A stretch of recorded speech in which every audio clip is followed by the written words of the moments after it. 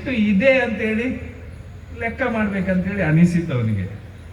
ನೆನೆಸುವಾಗ ಲೆಕ್ಕ ಮಾಡಿ ಎಣಿಸುವಾಗ ಕೊನೆಗೆ ಸಿಕ್ಕಿದ್ದು 99 ಅಂತೇಳಿ. 99 ಆದಾಗ ಇವನಿಗೆ ನನ್ನ ಲೆಕ್ಕ ಏನಾದರೂ ತಪ್ಪಿತ ಅಂತೇಳಿ ಮತ್ತೆ ಲೆಕ್ಕ ಮಾಡಿದ. ಆಗ ಲೆಕ್ಕ ಮಾಡಿದ್ರು 99 ಸಿಕ್ಕಿದ್ದು, ಇನ್ನೊಮ್ಮೆ ಲೆಕ್ಕ ಮಾಡಿದಾಗಲೂ 99 ಸಿಕ್ಕಿತ್ತಂತೆ.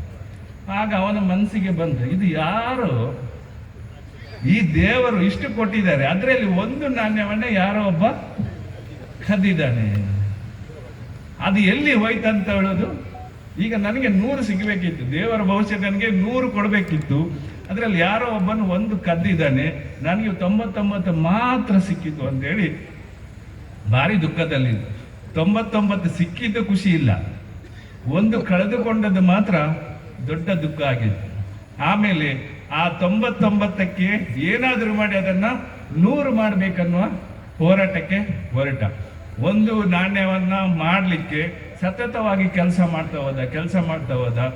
ಆಮೇಲೆ ಇನ್ನೇನು 100ನೇ ನಾಣ್ಯ ಸಿಗ್ತದೆ ಅಂತ ಹೇಳುವಾಗ ಗ್ರಾಚಾರಕ್ಕೆ ಅವನ ಹೆಂಡತಿ ಆರೋಗ್ಯ ಹಾಳಾಯಿತು. ಹೆಂಡತಿ ಆರೋಗ್ಯ ಹಾಳಾದಾಗ ಆ ಒಂದು ನಾಣ್ಯಕ್ಕೆ ಏನೆಲ್ಲ ಉಳುಮೆ ಮಾಡಿದ್ದ ಅದು ಖರ್ಚಾಗಿ ಹೋಯ್ತು. ಮತ್ತೆ ಬಂತು ಸಂಖ್ಯೆ 99ಕ್ಕೆ. ಮತ್ತೆ ಆ ಒಂದು ನಾಣ್ಯಕ್ಕಾಗಿ ಮತ್ತೆ ಹೋರಾಟ ಮಾಡಿದ. ಅದು ಎಲ್ಲ ಸರಿಯಾಗುವಾಗ ಮಗನ ಆರೋಗ್ಯ ಹಾಳಾಯಿತು, ಏನೋ ಸಮಸ್ಯೆ ಆಯಿತು, ಆಗ ಮತ್ತೆ ಒಂದು ನಾಣ್ಯ ಹೋಯ್ತು.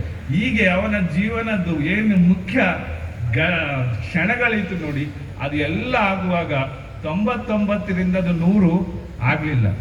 ದೇವರು ಅವನಿಗೆ 99 ನಾಣ್ಯಗಳನ್ನು ಕೊಟ್ಟಿದ್ರು. 25-30 ವರ್ಷಗಳ ಕಾಲ ಆ ಒಂದು ನಾಣ್ಯದ ಹಿಂದೆ ಮಾತ್ರ ಓಡ್ತಾ ಇದ್ದ. 99 ನನ್ನಲ್ಲಿ ಇದೆ, ಅದನ್ನು ನಾನು ಅನುಭವಿಸಿ ಆನಂದಿಸಿ ಇನ್ನೊಬ್ಬರಿಗೆ ಸಂತೋಷವನ್ನು ಹಂಚಬಹುದು ಅನ್ನೋದು ಅವಕಾಶವನ್ನು ದೇವರು ಕೊಟ್ಟಿದ್ರು. ಆದ್ರೆ ಮನುಷ್ಯ ಹೇಗೆ ಅಂತ ಹೇಳಿದ್ರೆ, ಏನು ಒಂದು ಇಲ್ವೋ ಅದರ ಹಿಂದೆ ಓಡ್ತಾ ಇದ್ದಾನೆ, ಆಗ ನೆಮ್ಮದಿ ಕಳ್ಕೊಳ್ತಾನೆ, ಏನು ಮಾಡಬೇಕು ಸಂತೋಷ ಅನ್ನೋದೇ ಇರುವುದಿಲ್ಲ. ಹಾಗಾಗಿ ನಾವು ಈ ಸಂಸ್ಥೆಗಳಲ್ಲಿ ಇನ್ನೊಬ್ಬರಿಗೆ ಆ ಒಂದು ನಾಣ್ಯವನ್ನು ಕೊಡುವಂತ ಅವಕಾಶ ದೇವರು ನಮಗೆ ನೀಡಿದ್ದಾರೆ. ಆ ಮೂಲಕ ಸಮಾಜದಲ್ಲಿ ನಮ್ಮಿಂದ ಏನು ಸಾಧ್ಯವೋ ಅಂತ ಸೇವಾ ಕಾರ್ಯಕ್ರಮಗಳ ಮೂಲಕ ಇನ್ನೊಬ್ಬರ ಬದುಕಿನಲ್ಲಿ ಆ ಒಂದು ನಾಣ್ಯವನ್ನು ತುಂಬಿಸುವಂತ ಅವಕಾಶ ನಮ್ಮಿಂದ ಆಗಲಿ ಅಂತ ಕಾರ್ಯಕ್ರಮ ಲಾಯನ್ಸ್ ಸಂಸ್ಥೆಯ ಮೂಲಕ ಈ ಭಾಗದಲ್ಲಿ ವಿಶೇಷವಾಗಿ ಆಗಿದೆ ಅಂತ ನಾನು ಹೇಳಲಿಕ್ಕೆ ಬಯಸ್ತೇನೆ. ಹಾಗೆ